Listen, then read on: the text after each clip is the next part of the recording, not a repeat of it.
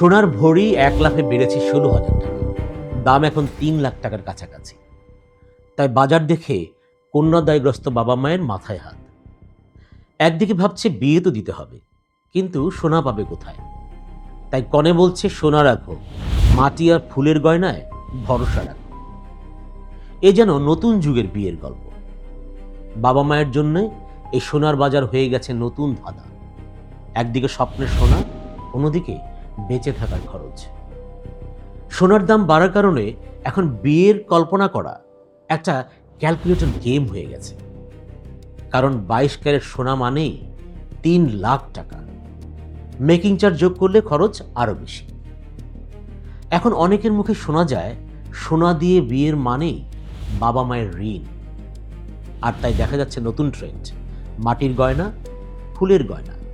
কারণ সোনা না পারলে কোনো না কোনোভাবে সুন্দর দেখতেই হবে। মাটির গয়না হোক বা ফুলের গয়না, কম খরচে বিয়ের সাজ।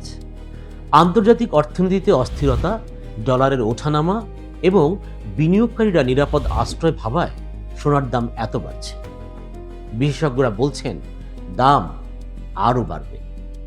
তাহলে কি সোনার গয়নায় বিয়ের রীতি আর থাকবে না? নাকি ঋণ করে হলেও বাবা মার দায় মেটাবে?